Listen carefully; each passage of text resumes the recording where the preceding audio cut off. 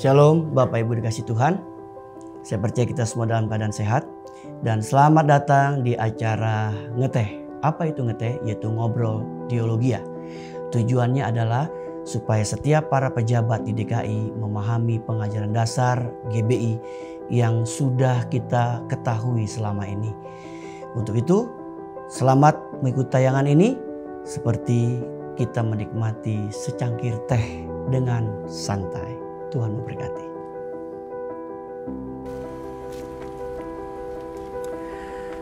Supreme Court of the United States sudah melakukan pelegalan pernikahan sejenis. Artinya, LGBT seakan-akan sesuatu yang sah, bahkan yang mengejutkan. Reaksi dari Indonesia muncul dari salah satu organisasi yang menyatakan bahwa pernikahan sejenis atau LGBT bukanlah penyimpangan kodrati. Benarkah demikian? Tentu. Gereja Bethel Indonesia memiliki sikap tegas, namun penuh kasih agar tetap berempati kepada kaum LGBT. Bersama saya Pastor Andi Otniel, kita akan bahas mengenai LGBT dalam program yang memang khusus disiapkan untuk Anda dari BPD GBDK Jakarta, yaitu Ngeteh Ngobrol Teologi. Untuk Anda, hamba Tuhan yang luar biasa. Yuk, kita ngeteh dulu.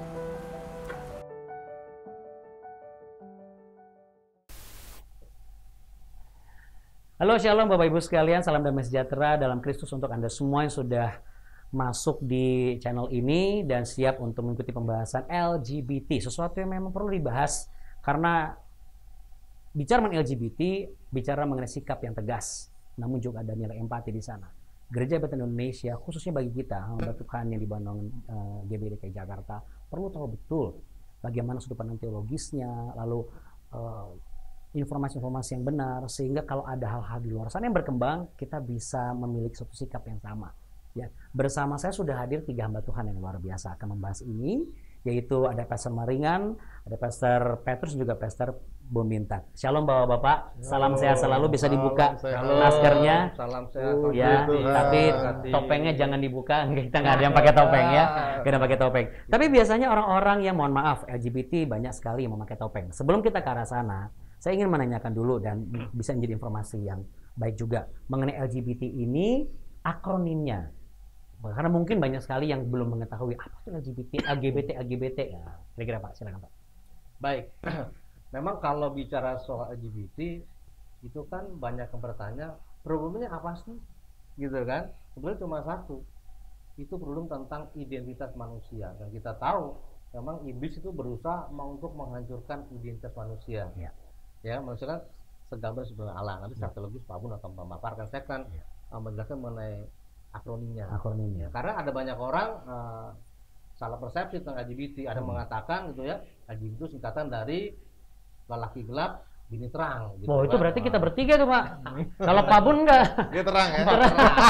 Kita ini setengah terang dia. Tapi maaf, itu bukan akronimnya Pak Andi, itu kan plesetannya. Tapi jangan kepleset ke LGBT-nya ya Pak ya.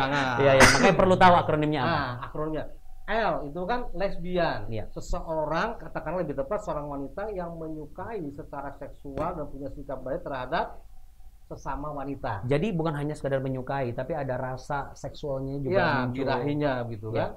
Kemudian G-nya itu kan gay. Nah kalau ini sebaliknya, pria yang menyukai sesama jenis pria. Pria, laki-laki.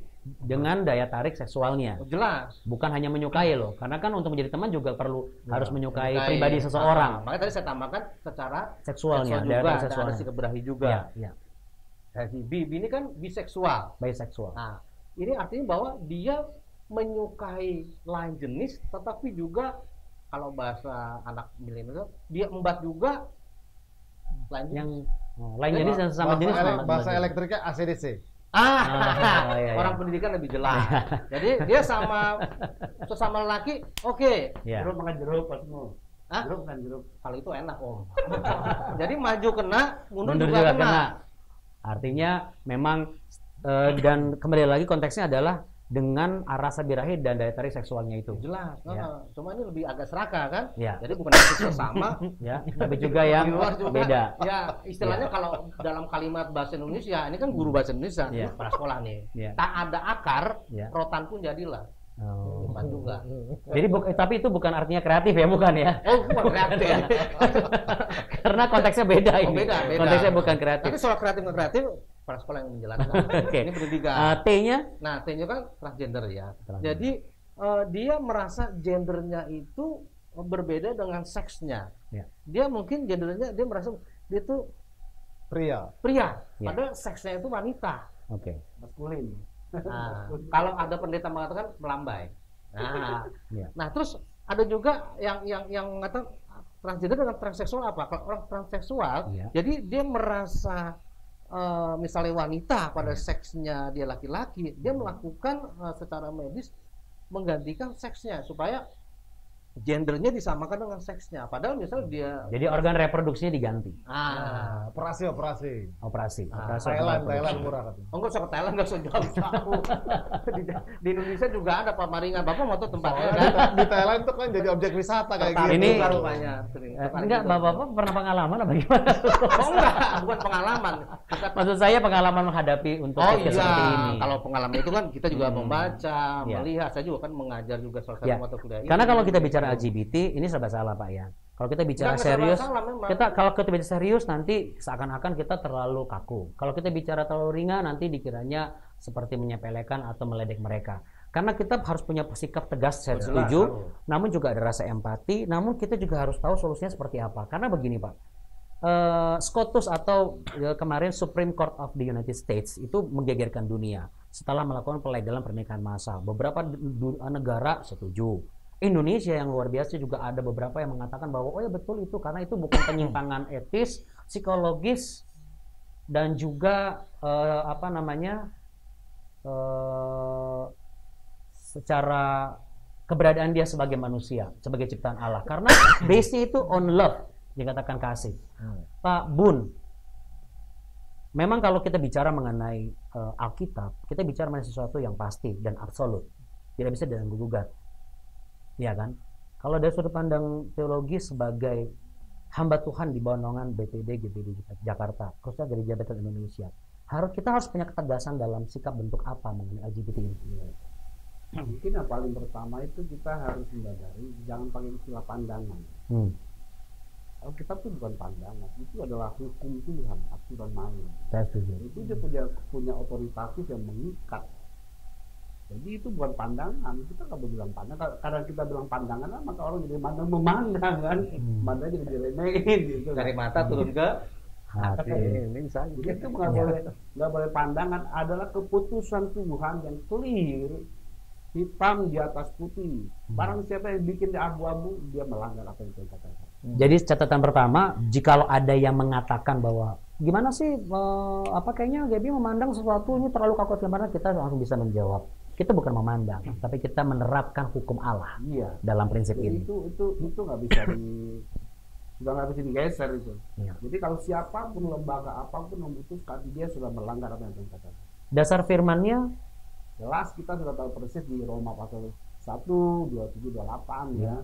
Kemudian di 1 Korintus 1 pasal Korintus. 6, kemudian 9, 11 di Kejadian juga sama tentang Sodom dan Gomora, di Mamat, sudah jelas itu. Jelas homoseksual itu dengan seks yang sama, laki-laki sama laki-laki, wanita sama wanita. Itu sebuah hal yang sudah clear dan itu ditentang itu sebagai najisan. Itu jangan cuma hanya lihat fisiknya aja, ada roh najisnya itu.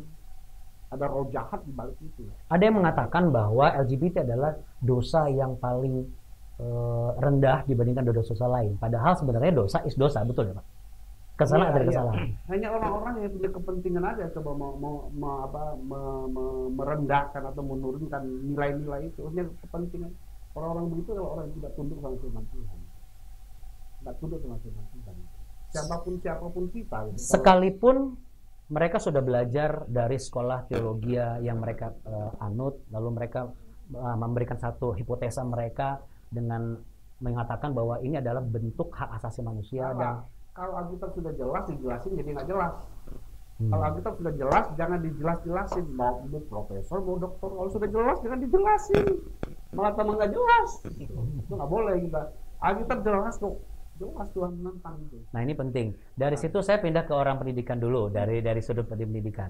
Dalam dunia pendidikan, ketika kita belajar sesuatu, apakah secara harfiah kita mengartikan setiap kalimat atau kita punya hak sebagai orang yang memang bergelut dalam dunia pendidikan, terlebih lagi khususnya dalam bidang teologi untuk memecah kembali dan mengambil satu kesimpulan kembali dari apa yang tertulis dalam kitab suci. Kalau dari Pak Marinan pengalamannya bagaimana? Terutama khusus LGBT ini karena selalu dibenturkan dengan hak asasi manusia, Pak. Kalau dari dunia pendidikan berarti berlakukan umum ya, pandangan umum. Kalau pandangan umum orang Indonesia kan memang rata-rata itu dari kelompok agama itu menolak. Mayoritas ya. Mayoritas menolak. Dan karena pelajaran agama itu ada di sekolah, otomatis pasti para peserta didik semua juga pasti mempunyai pandangan yang mengikuti yang mayoritas, ya. Gitu kan. Tetapi masalahnya kan faktanya perkembangan LGBT itu begitu luar biasa, ya. Sampai sekarang ini sudah 30 negara yang mengesahkan dalam undang-undangnya membolehkan pernikahan sejenis, disusul dengan Taiwan 2019 lalu. Taiwan adalah negara Asia pertama yang menyetujui pernikahan LGBT. Kita sendiri melihat Indonesia perkembangan itu luar biasa.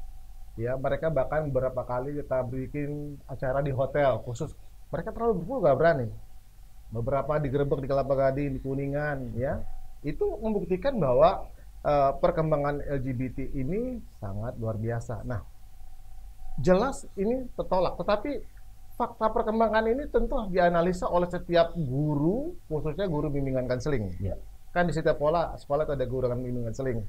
Karena faktanya bahwa LGBT ini ya, kalau saya memperhatikan ya, ada menurut ini ya, psikolog terkenal di Amerika, Clyde M. Naramore ya, bahwa ini ada faktor psikologis. Nah, saya mencatat ya, faktor psikologis itu menurut dia ada beberapa hal.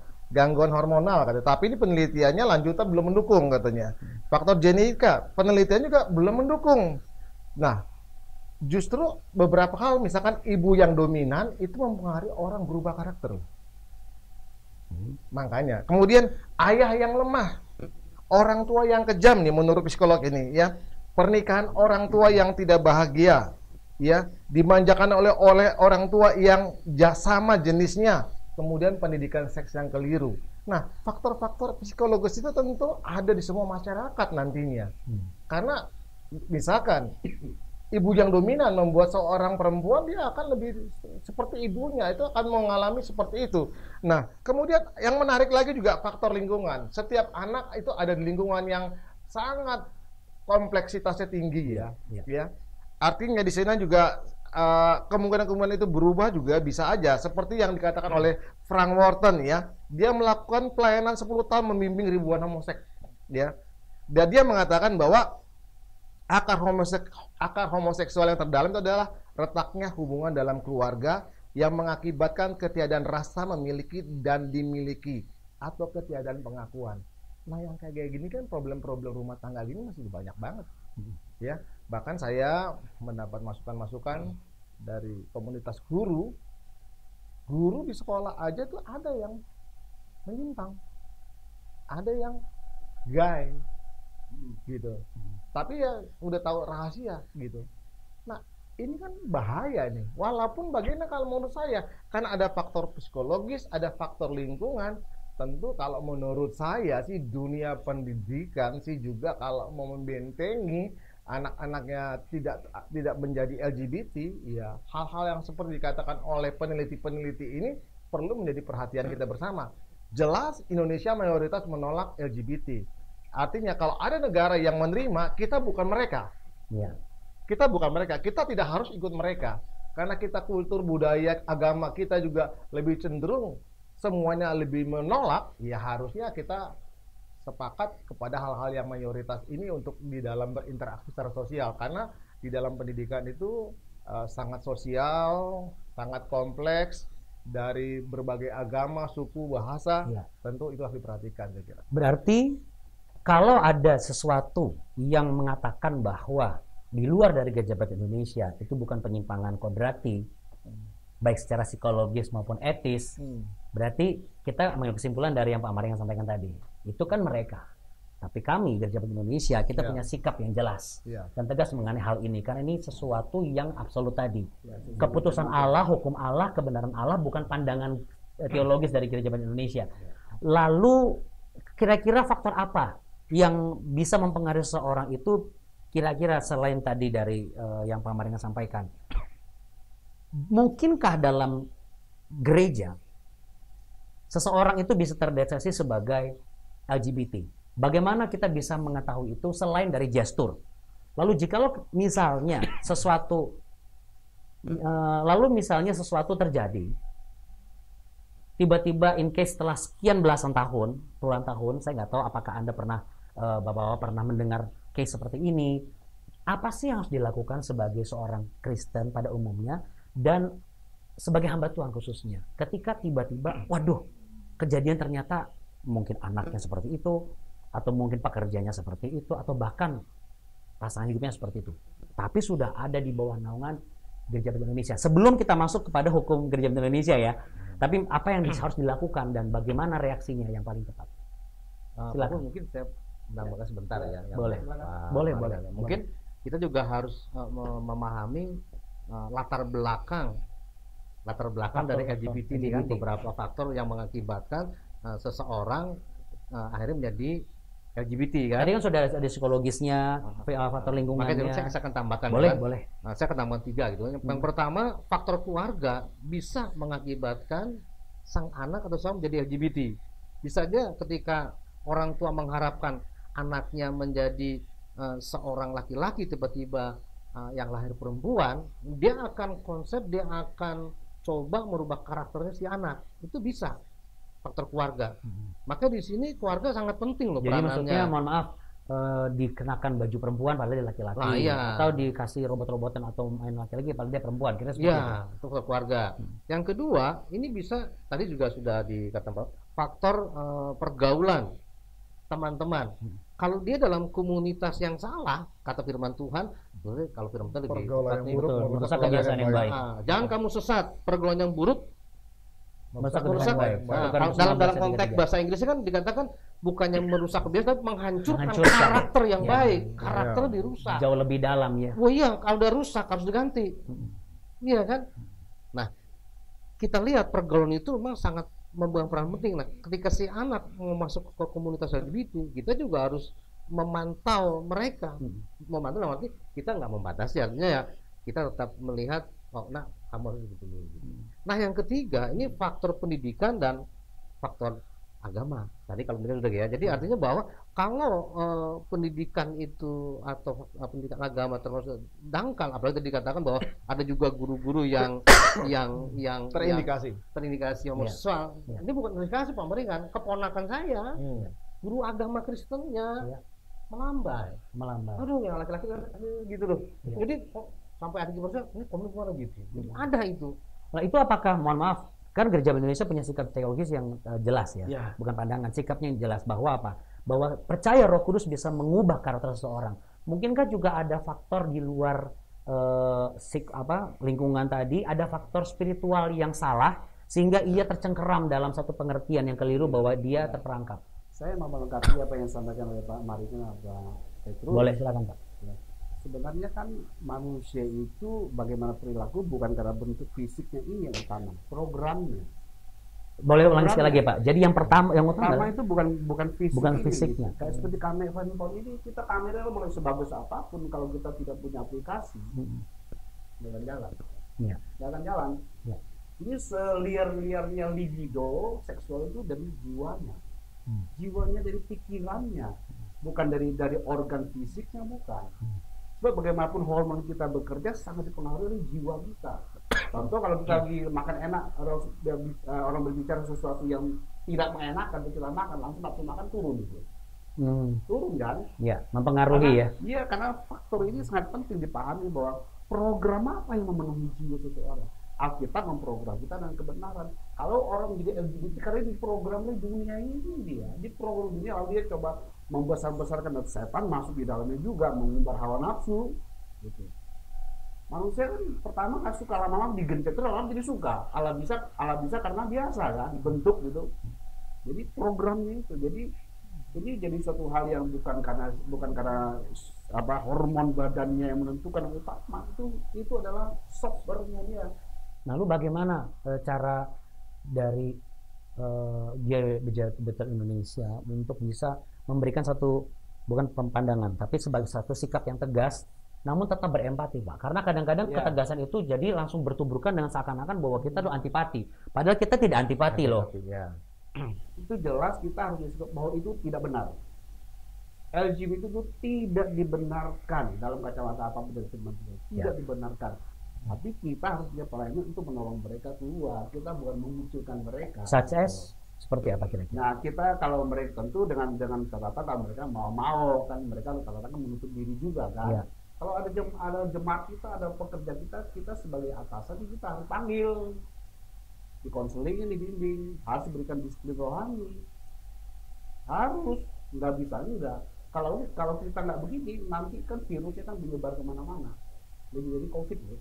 Oke, dari ngomong bicara tentang virus nih Pak ya, saya ingin menyampaikan kepada Bapak Ibu bahwa sebarlah tayangan ini supaya semakin banyak yang bisa mengerti dan juga menanyakan melalui 0812 10473665. Sekali 0812 10473665. WhatsApp sudah dibuka sejak awal. Apa yang menjadi dasar pertanyaan pemikiran Bapak Ibu mengenai LGBT ini? Bahkan setiap case by case bisa disampaikan. Nanti para hamba Tuhan akan menyampaikan tentunya dengan jelas dan berdasarkan kebenaran firman Tuhan, bukan berdasarkan pandangan ya. Sekali lagi, apa yang ditayangkan oleh program ini bukanlah pandangan, tetapi kita sedang menyatakan bahwa Gereja Baptis Indonesia hanya berdasarkan kepada satu kebenaran dan fakta firman Tuhan. Faktanya adalah LGBT sudah jadi tren. Kita nggak bisa pungkiri ini Pak. Ini tren yang saya kadang jadi merinding juga nih. Merinding tapi bukan merinding apa, tapi kok bisa ya merangsek seperti virus yang begitu cepat, sporadis dia merangsek. Padahal kita punya program-program youth. Kita punya program-program konseling pastoral yang menurut saya kita sangat mumpuni untuk konseling.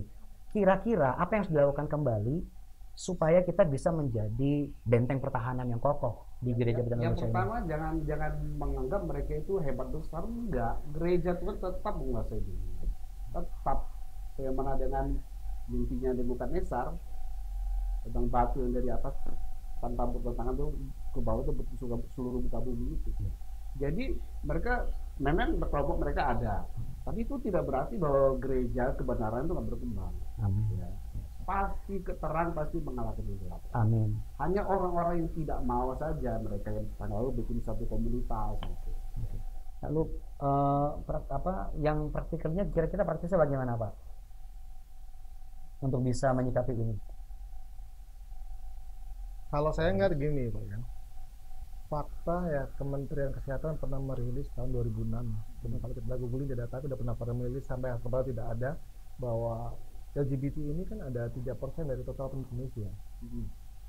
Jadi itu fakta. Kemudian juga kenapa mereka bisa ada dan bertahan sampai hari ini?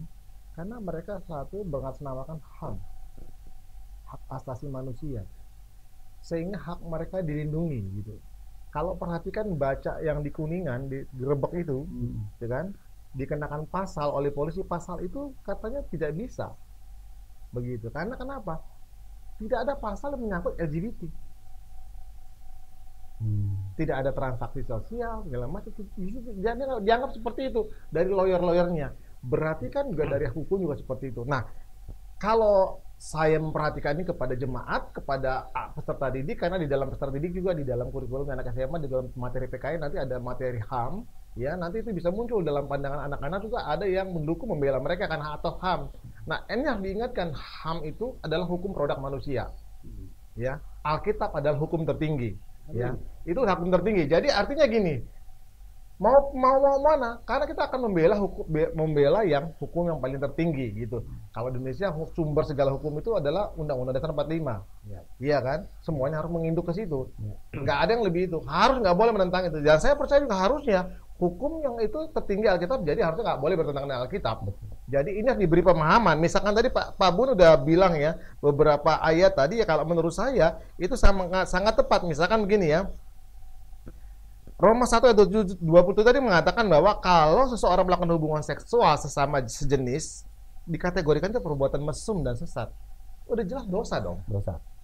Masa mau diterima? Saya kira harusnya gereja dimanapun juga harus menolak ini, gereja apapun itu menolak. Karena kenapa? Bahasa Alkitab udah jelas itu sesat. Apalagi Imamat 20 ayat 13, melakukan hubungan seksual sesama jenis di hadapan Tuhan adalah tindakan yang keji. Ya. Tindakan yang keji. Nah, nggak usah, tadi kan banyak kutip ayat, 2 kutipan ayat ini aja sebenarnya sudah membuktikan bahwa Itu clear. itu clear, nggak bisa. Ini udah hukum tertinggi gitu. Mau dibilang atas hukum hak asasi manusia, nggak bisa, karena hukum tertingginya ini. Artinya gereja Bethel Indonesia harus tetap menjadi representasi Iya. dari kebenaran firman Allah. Iya, harus begitu. Jadi kalau saya boleh menambahkan, kita sebagai anak Tuhan, jangan mungkin suatu saat kita menderita karena kebenaran ini. Kalau mereka sudah masif, lalu sebuah negara hidup, ada anak Tuhan hidup negara yang sudah mensahkan hukum itu, dan kalau gereja tidak tunduk itu bagian dari penderitaan, Pak. Bagian dari penderitaan karena kebenaran. Karena kebenaran. Gereja tidak boleh menghancurkan diri hanya karena komunitas-komunitas begitu. Jadi artinya sikap GBI tetap tegas menolak dalam pandangan apapun tentang LGBT, Betul. karena hanya berdasarkan kepada hukum Allah, Ya. kebenaran firman Allah, bahwa yang melakukan itu jelas itu adalah perbuatan dosa. Ya, Dan satu lagi, ini ada ayat yang mengatakan bahwa mereka yang melakukan homoseksual itu tidak akan masuk di dalam Kerajaan Allah. masuk ke kalang. Iya, Kan kekekalan. lebih tegas lagi sebetulnya. Betul. Iya. Lalu bagaimana jika seseorang terpanggil untuk menjadi hamba Tuhan? Nah, saya nggak tahu siapa yang akan menjawab. Tiba-tiba bicara begini, Pak, saya mau bertobat. Nah, yang bersangkutan mengakui bahwa korban atau pelaku dari LGBT itu sendiri.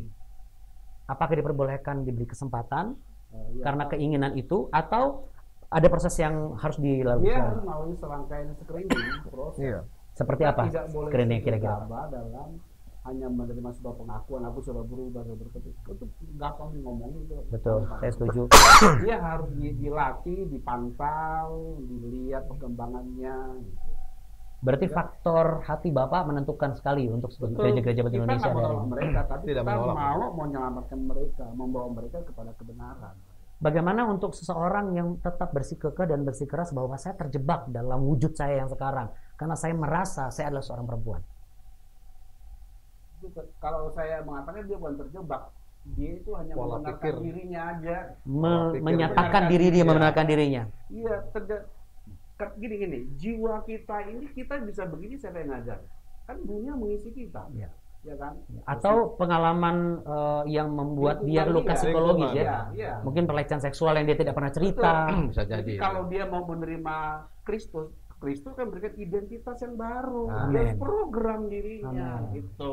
Amin. Itu loh. Amin. Dan roh kegelapan sedang menghancurkan identitas manusia sendiri kan. Betul. Makanya Itu kita harus pekerjaan terbuka. setan itu, Ya, Pak. Itu betul. LGBT itu pekerjaan setan. Jangan ragu-ragu. Betul. gereja Tuhan. Dan Jangan inilah. ragu-ragu. Betul. Jadi jangan pernah ada dispensasi Iya, jangan mengenai hal ragu-ragu. seperti ini ya. Jangan permisif. Ya. Ya. Jangan permisif. Kita menolong mereka bertobat. Tapi itu tingkah laku kita tidak bisa Tetap tidak bisa 100%. dibenarkan 100%. Tidak bisa. Tetapi kita wajib mengembalikan mereka ke jalan yang memang Iya. benar, ke kodrat mereka yang sebenarnya. Iya, tapi mereka juga belum tentu mau juga. Sebab kalau kita perhatikan di LGBT-Con itu kan lama-lama LGBT sudah banyak. Iya. Laki-laki, 2 laki-laki, gandal 1 anak. Iya. 2 perempuan gandeng Gandeng 1 anak. Dia LGBT-Con di WA kita itu. Itu anaknya dari mana Pak Bu? Nggak tahu tuh. Adopsi. Makanya nanti anaknya tadi jadi rusak lagi.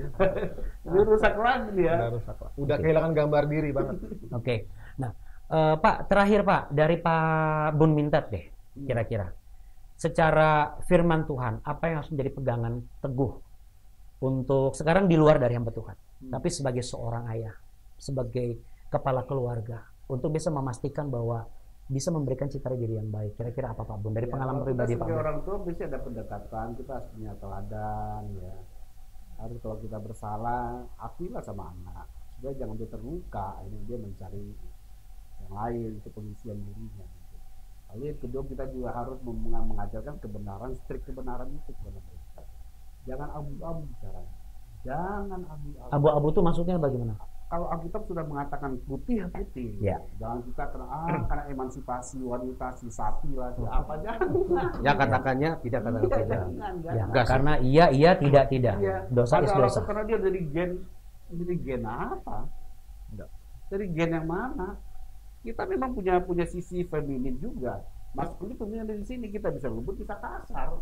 Tapi bukan feminim secara harfiah seksual wanita ya, Iya. betul bukan ya? Iya. Jadi kelembutan, kekerasan kan ada pada semua orang. Mm-mm. Gak bisa dipungkiri kan? Betul. Bahkan seekor singa pun juga bisa lembut kepada anaknya. Kira-kira Jelas, seperti itu ya. Jelas. Betul ya. Nah kalau Pak Petrus, Gereja Baptis Indonesia tegas menolak siapapun untuk terlibat dalam pelayanan pastoral Ya, bahkan yang memang masih ada identitas LGBT atau sudah atau belum bertobat atau bagaimana? ya jelas dalam sikap tulus GBI bahwa mereka yang memang masih LGBT tidak diperkenankan dan tidak diperbolehkan menjadi pejabat mau PDP, PDM, maupun pelayanan, baik guru sekolah minggu, Ya. orsi leader segala. Asyir pun juga belum. Iya. Bukan tidak boleh, tapi belum. saatnya. Belum. Sampai dia Setelah bertobat, tapi bertobatnya itu kan proses kata Pak Bun kan? Betul. Iya. Dipantau. Harus Proses dan dipantau. ada progres juga Iya. ya. itu. Oke. Sampai di titik progresnya sudah baik, baru kita bisa ada berikan kesempatan. Artinya bukan antipati, tetapi memberikan kesempatan untuk dia juga mengalami proses sampai ada progres itu. Ya, pembaruan. Pembaharuan. Pak Maringan, dari sisi pendidikan, apa yang harus menjadi dasar pemikiran Pak supaya seseorang itu tetap mengetahui sekalipun dia pintar dalam dunia pendidikan tapi masih memiliki conscious awareness gitu loh bahwa ini adalah kebenaran Allah, ini bukan. Karena orang yang sudah semakin pintar kadang-kadang suka sulit untuk membedakan kebenaran Allah dengan apa yang menjadi teori yang sudah dipelajari secara dunia pendidikan. Ya, mereka hanya diingatkan saja bahwa di dalam hidup ini berlaku hubungan sosial dan ada pendapat-pendapat mayoritas yang bisa diterima. Sebaiknya kalau kita ada di komunitas yang besar itu, ikutilah yang besar itu. Artinya kalau Anda berada di komunitas Gereja Baptis Indonesia, ikutilah Ya. apa yang ada menjadi dasar pemikiran, Kira-kira sikap teologis, dan juga hal-hal yang sudah teratur dalam buku Sikap teologis. GBI dan juga pengajaran dasar GBI. Kalau ada pertanyaan-pertanyaan lebih lanjut karena ini pengen ngupas lebih banyak, jauh lagi, bisa menghubungi juga melalui nomor telepon di WhatsApp yang sudah ada di layar Anda saat ini, karena memang setelah ini biasa setiap penayangan akan ada pembahasan ya Pak ya. Ya. Betul ya Pak ya. Ya. Oke. Pesan terakhir Pak, silakan siapa yang akan memberikan konklusinya mengenai LGBT. Kalau saya ingat, kebenaran firman Tuhan bukan keputusan mayoritas. Tuhan adalah mayoriti. Tuhan itu mayoriti, dia pemberi hidup, dia penentu hidup. Jadi kita tidak boleh berdiri atau berangkat dari keputusan mayoritas. Kalaupun sebuah negara memutus itu boleh, itu bukan berarti kebenaran. Kebenaran itu dari Tuhan, bukan dari Indonesia. Baik, terima kasih banyak Pak Bun, Pak Petrus, terima kasih walaupun begitu banyak yang ingin disampaikan, dan juga Pak Maringan. Iya. Rasanya kalau ngeteh 30 menit tidak akan pas kalau nggak ngeteh beneran, nanti dikira bohongan nih Pak. Tapi kita ngeteh dulu. Amin, haleluya. Puji Tuhan, terima kasih juga untuk ngetehnya. Baik Bapak Ibu sekalian, kita sudah ngeteh bareng dan tentunya kita tunggu respon dari Bapak Ibu. Dan seperti yang sudah disampaikan tadi pembahasannya, saya percaya kita semua akan semakin diteguhkan, dikuatkan, dan kita pastikan keluarga adalah benteng pertahanan yang luar biasa, dan mari kita taat tunduk kepada organisasi kita, Gereja Baptis Indonesia. Tuhan Yesus memberkati. Lanjut kita lagi Pak? Enggak. Yo.